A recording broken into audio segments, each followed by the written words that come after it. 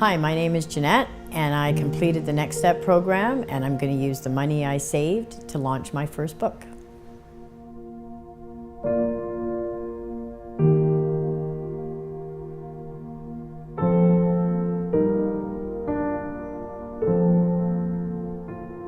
My book, Higher Than I've Ever Been, Healing Addiction Inside Out, is a memoir of my recovery, the very end of my addiction, but mostly it's about my recovery.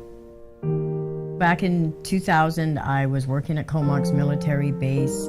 I went on a long weekend to help my sister renovate a store, and I injured my knees. I did one wrong thing, and in the blink of an eye, there I was, totally disabled. Everything that I'd ever been able to do, I could no longer do. I couldn't walk my dog. I couldn't cook for myself. I couldn't clean. I couldn't even get to myself to the bathroom. And I ended up having to move down island to my parents' property so they could help look after me. I couldn't find a sunny side. All I kept seeing was the life that I had, I no longer was able to have. It felt like the Jeanette that had been for 40 years prior had died. Very short time after I moved, I ran into someone from my past, and he had some drugs. Because I was so depressed from not having really a life anymore, I became addicted very, very quickly, and my life spiraled downwards really, really fast. The shame and guilt hit me at an all-time bottom when my son Devin told me him and his new wife were pregnant. This stirred up lots of feelings of insecurity and doubt in me. I didn't know if I could stop using or what that would even look like. I couldn't even imagine it anymore after almost 6 years into it. I had just gone from one bad choice to the next, each one leaving me feeling so much worse inside. I had invited my son, his wife, and my brand new baby granddaughter over for curry chicken at the people's house I was staying at. I left in the morning with full intentions of getting the groceries, and I went to Superstore in Duncan, and I used the payphone.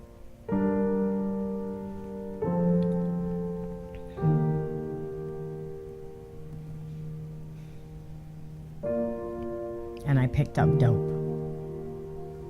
I spent the day walking along the Cowichan River, getting loaded, dealing with all my feelings of guilt and shame about not being able to not pick up the dope instead of going to get the groceries. I made phone calls saying, I'm getting the groceries, I'm on my way. I didn't make it back. All I wanted to do was get to treatment, because if I was going to be able to be a part of my granddaughter's life and my kids' life again, I had to go and get help. There was no doubt about it. Shortly after I admitted I was an addict, within a day or so, I phoned my brother, and that's when he told me that Homestead had a bed ready for me and that I could come over to Vancouver. About halfway across the ocean, I was upstairs having a smoke, and there was all these people up there, and I felt like I was just alone. And I reached into my purse and I grabbed the bag with all my paraphernalia in it, and a little voice inside of me said, you need to do it now, Jeanette. Get rid of it now if you're going to do this. And before I could even stop, it was almost as if something took over and made my hand grab my paraphernalia and dump it in the garbage bin, because I knew I wouldn't get it back out because there was too many people around. There was so much hope within me, but yet I was very, very fearful. It's like, was I going to be able to do this? Could I actually stop using drugs? And what would happen, most of all for me, was if I couldn't do it and I ended up in Vancouver using drugs.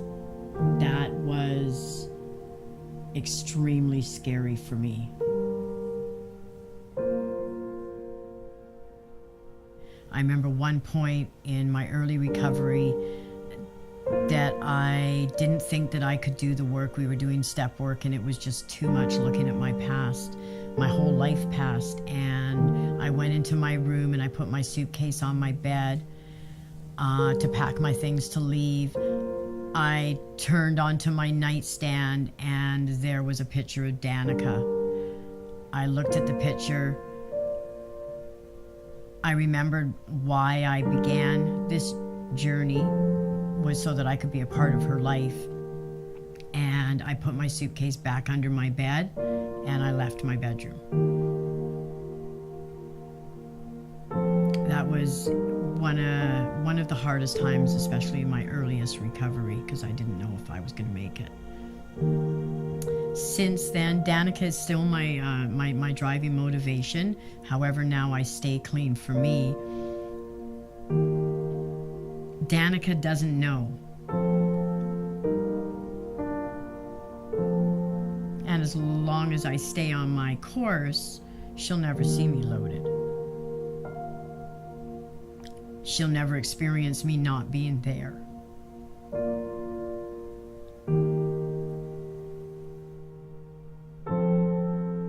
Now I work part-time in the downtown east side, and every time I go to work or take a bus past the people on the streets, I get a first-hand glimpse of where I could have ended up if I ever picked up again. Maybe not the first day or the first month, but in time it leads back to the only options available to us: jails, institutions, and death. I thought there was no way that I would end up in places like that, and yet in the end of my active addiction, I was homeless, living in an abandoned building on the edge of the reserve in Duncan. If you're using and don't really have any knowledge of the disease of addiction and where a person ends up, then there is not much you can do about it. We don't see things from the outside looking in like our family and friends do. We live in it, and it all just seems par for the course in a sense, like it goes hand in hand.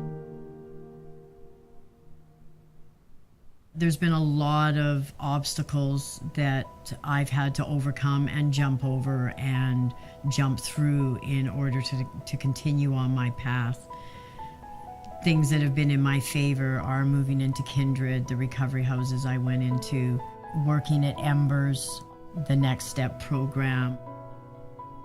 I've discovered that I can now set goals and achieve them through financial savings, and that gives me great motivation to continue on this journey of doing my book and moving onward and upward in my life.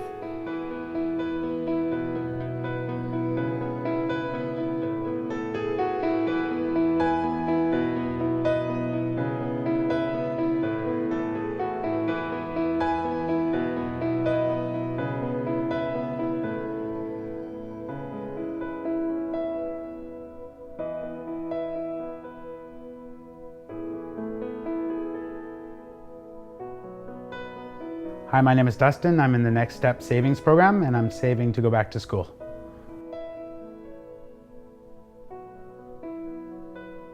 Hi, my name is Nariman, and I'm saving money to go back my homeland and visit my family.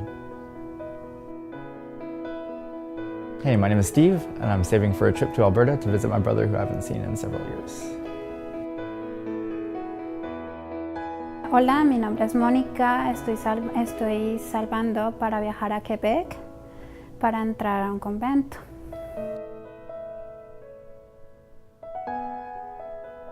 My name is Simon Agostino, and I'm saving to buy a dining table.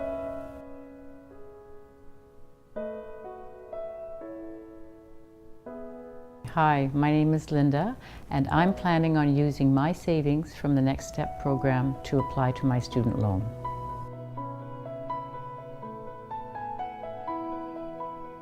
My name is Irma. I'm save money for visit my family in South America.